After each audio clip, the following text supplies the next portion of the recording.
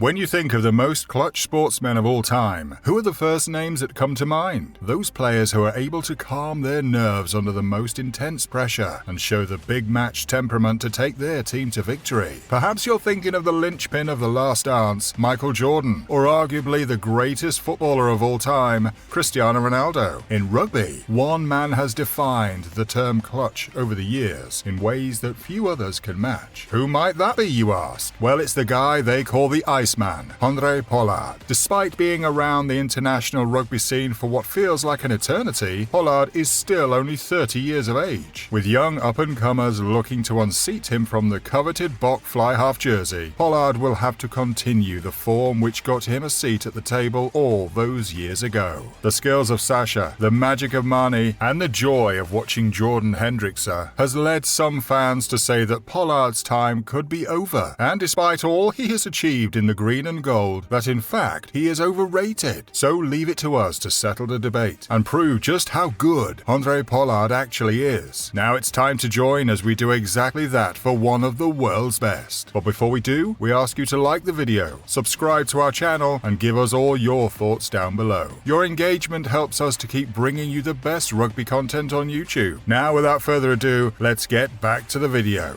Before he was a double World Cup winning, multi-millionaire megastar, Pollard attended school just like you and I. Except this wasn't any average schoolboy. No, well, this may not surprise you given the unbelievable success he has gone on to achieve. Pollard was a prodigy like no other. He played provincial age group level rugby in every possible year before he was selected for a team that shocked the whole of South Africa. You see, Pollard was the MVP for the famous Paarl Gymnasium. After thriving in the Western Province youth setup as well as the South African schools team in 2012, he gained selection to the Baby Box side while still in high school. This is an almost unheard of phenomenon, which speaks to the unprecedented talents of Pollard. Despite dealing with normal high school problems like trying to pass his maths exam, Pollard went on to play a major role in the Baby Box winning the 2012 Under-20 World Championship. He then went on to make a move which saddened Stormers management and took up a contract at the Blue Bulls. At only the age of 20, the kamikaze kid debuted for the Springboks, and the rest, as they say, is history. Now, 10 years later, Pollard finds himself being amongst rugby's highest earners, and for good reason. But what exactly led him to being held in such high regard? Pollard's story as a Springbok has been one of both turmoil and triumph. In his younger years, he went through some of the darkest days in Springbok history, before becoming a focal point for Rassie Erasmus and Jacques Nienaber's world champions. Handre's crowning moment came in the pressure cooker of Paris at the 2023 Rugby World Cup. You see, originally, Pollard was not picked as part of the squad due to an injury problem. He was later drafted into the squad after the untimely knee injury to Malcolm Marx. Coming into the squad out of nowhere and being thrust straight into the knockout stages was no easy task. But Pollard is no ordinary player. In a game against the hosts France, which has gone on to divide